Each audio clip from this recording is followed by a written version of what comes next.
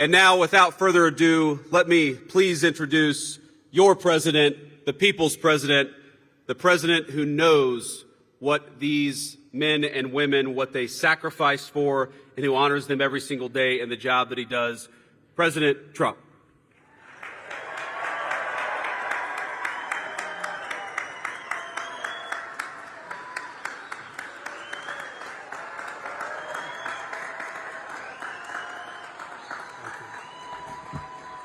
Thank you very much. Thank you. Thank you very much. Very special place and a very special day. Thank you to Vice President Vance, doing a terrific job. Thanks also to a man who has devoted his life to service members and veterans, Secretary of Defense Pete Hegseth, who's doing really well. He went through a lot, didn't he? But he's doing really well. He's a tough cookie. That's what we want, is a tough cookie.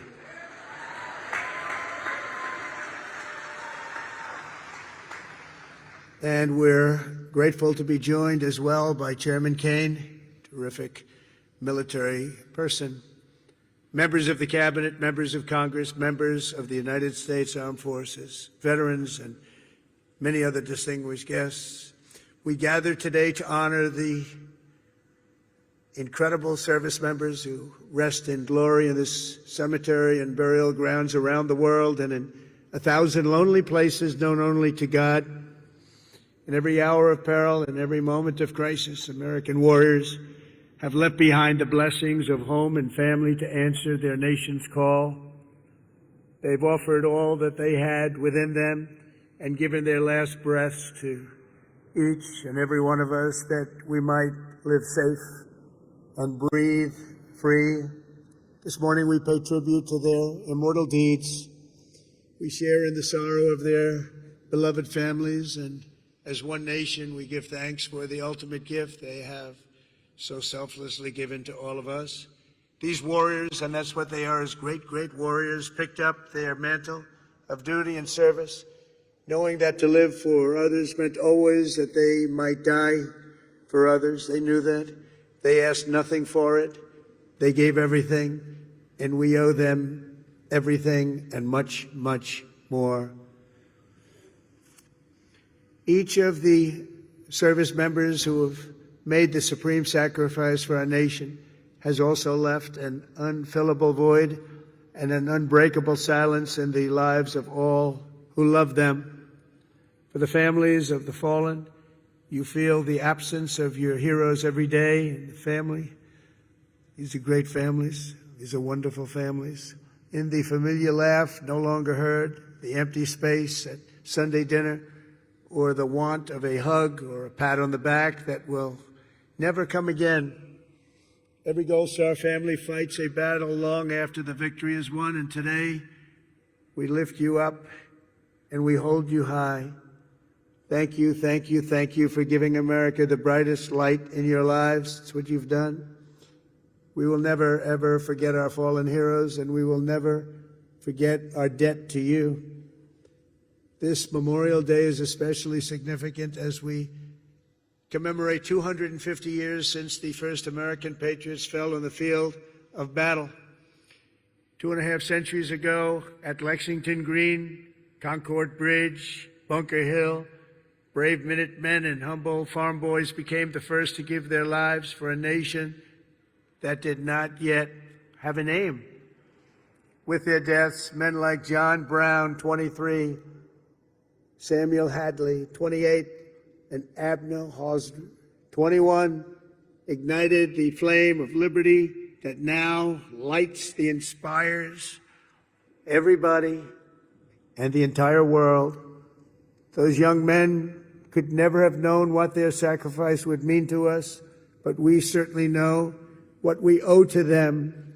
Their valor gave us the freest, greatest, and most noble republic ever to exist on the face of the earth, a republic that I am fixing after a long and hard 4 years. That was a hard 4 years we went through.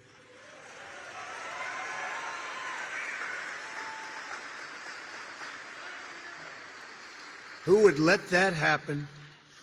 People pouring through our borders unchecked, people doing things that are indescribable and not for today to discuss.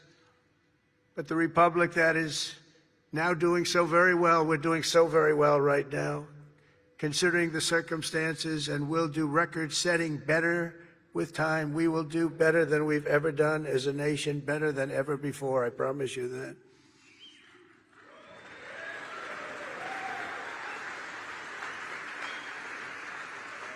In every generation since, at Trenton and Yorktown, at Vicksburg and Shiloh, and in faraway places with names like Chateau Terrari, Anzio, Iwo Jima, Quezon, Kandahar, really just a few chosen names, and these are names that have become so important on the altar of freedom. They plunged into the crucible of battle, stormed into the fires of hell, charged into the valley of death, and rose into the arms of angels. The sacrifice that they made was not merely for a single battle, a long-ago victory, or a fleeting triumph, decades or centuries past. Their sacrifice was for today, tomorrow, and every morning thereafter. Every child that lives in peace, every home that is filled with joy and love. Every day the Republic stands is only possible because of those who did what had to be done when duty called, and the cost was everything to them and to their families.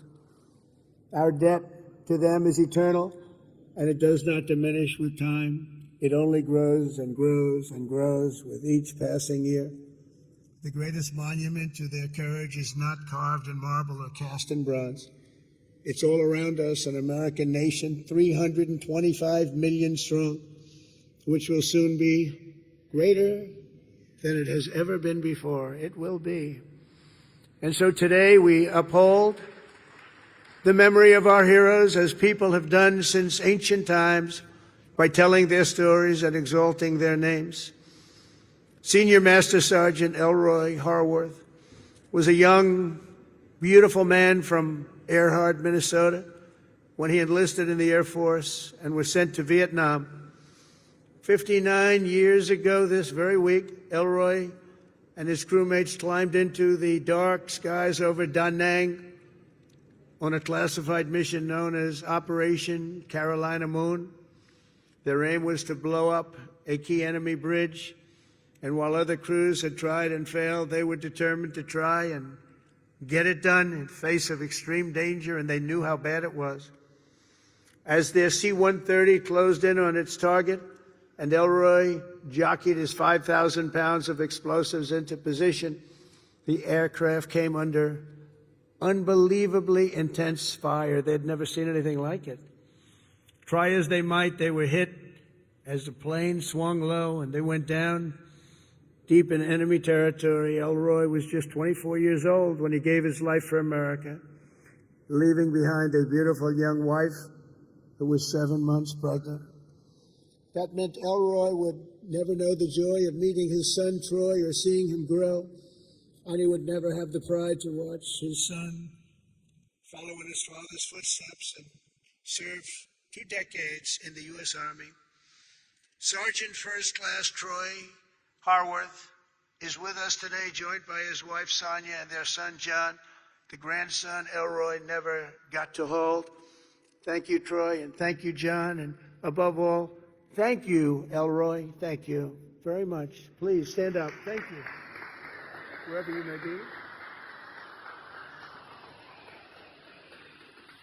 Thank you very much. Great family. Corporal Ryan McGee of Fredericksburg, Virginia, knew from the time he saw the towers fall on 9/11 that he wanted to be an Army Ranger. He was an American guy, all American. He was a tough guy. He was the top of everything. In high school, he was captain of the football team and was voted friendliest and most charming by his peers. Ryan joined the Army soon after graduation, and after 3 tours in Afghanistan, he deployed to Iraq. He and his unit were tasked with hunting down a weapon facilitator and a suicide bomber cell near Baghdad, a vicious, vicious cell, killing many, many people. 16 years ago this month, they engaged the enemy in a firefight, and Ryan was mortally wounded.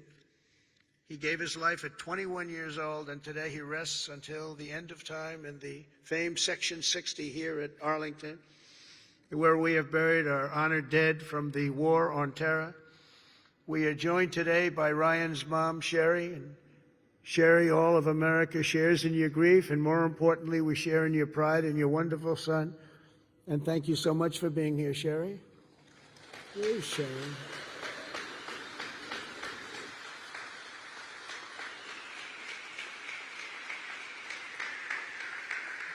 Thank you, Sherry. Thank you very much. On behalf of everyone. This crowd is so big, she's hard to find. Once I saw her, she really stands out. Thank you, Sherry, very much. Senior Chief Petty Officer Shannon Kent grew up in Pine Plains, New York, before enlisting in the Navy in 2003. And she quickly became one of the rising stars. She was an absolute winner. As a linguist, translator, and cryptologic technician, Shannon worked alongside elite special force units like Delta Force and Navy SEALs to help them capture and kill terrorists.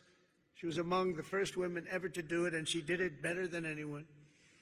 In January 2019, Shannon was on her 5th combat deployment, embedded with a team hunting ISIS terrorists through the streets of Syria, when a suicide bomber detonated his weapon, killing Senior Chief Kent and 3 other wonderful, beautiful Americans. She left behind her husband, Joe, and their 2 sons, 3-year-old Colt and 18-month-old baby Josh. Today, Shannon rests in peace on these grounds alongside her comrades. To her boys, Colt and Josh, who are here this morning, now aged 9 and 7, let me say your mom was a hero, and her love, her strength, and her spirit are always with us and always be with you. She loved her boys. To Joe, the boys, Shannon's parents, Mary and Stephen, and her sister Mariah, Shannon's name will live forever in the chronicles of true American patriots. I just want to thank you, and thank you so much for being here in honor of your magnificent family member. Stories like Shannon's, Ryan's, and Elroy's remind us of the real meaning of the day. And I want to just say, please stand up wherever you may be. The boys, I want to see those boys. Where are you?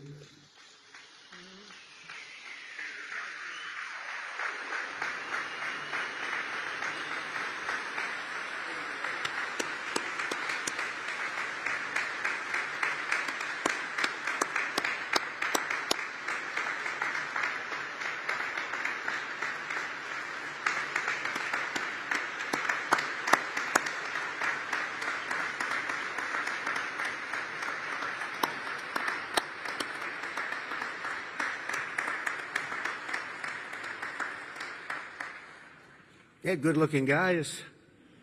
Thank you very much for being here. All of you, thank you so much.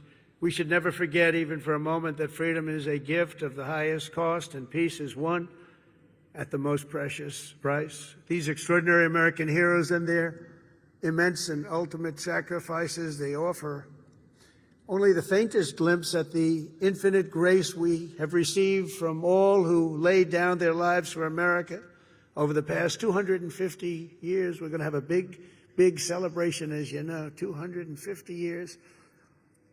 In some ways, I'm glad I missed that second term where it was, because I wouldn't be your president. For that most important of all, in addition, we have the World Cup and we have the Olympics. Can you imagine? I missed that 4 years, and now look what I have. I have everything. Amazing the way things work out.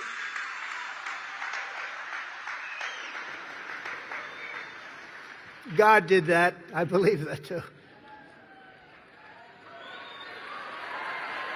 God did it.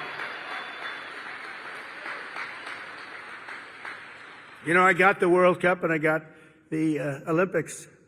The 250 years was not mine. I'd like to take credit. But I got the Olympics, I got the World Cup when I was president. And I said, boy, it's too bad I won't be president then. And look what happened. I turned out. And we're going to have a great time. We're going to have a great celebration. But most important of all is the 250 50th anniversary. That blows everything away, including the World Cup and including the Olympics, as far as I'm concerned. In any corner of this cemetery, at any resting place for our war dead, anywhere on earth, you'll find untold stories of equal heroism and heartbreak, unmatched patriotism and devotion, and acts of selflessness and courage so enormous they defy comprehension. Most people can't even imagine it. Great poets have written that it's love which moves the sun and the stars, but here on the sacred soil, right where we are, we're reminded that it's love which moves the course of history and moves it always toward freedom, always. From Bunker Hill to Bastogne to Cantigny to Coral Sea, from Gettysburg to Guadalcanal and Concord to Kabul, America's best and America's bravest have fought, bled, and died so that we could pick up the torch of liberty, raise it high, high, high, and carry it onward to places they could never have dreamed of before. Today we honor their memory. We remember their gallantry. We just revere, in the highest sense, we just revere their incredible legacy. We salute them in their eternal and everlasting glory, and we continue our relentless pursuit of America's destiny as we make our nation stronger, prouder, freer, and greater than ever before. May God bless our fallen heroes. May God bless our Gold Star families. And may God bless the United States of America. Thank you very much, everybody. Great honor. Thank you.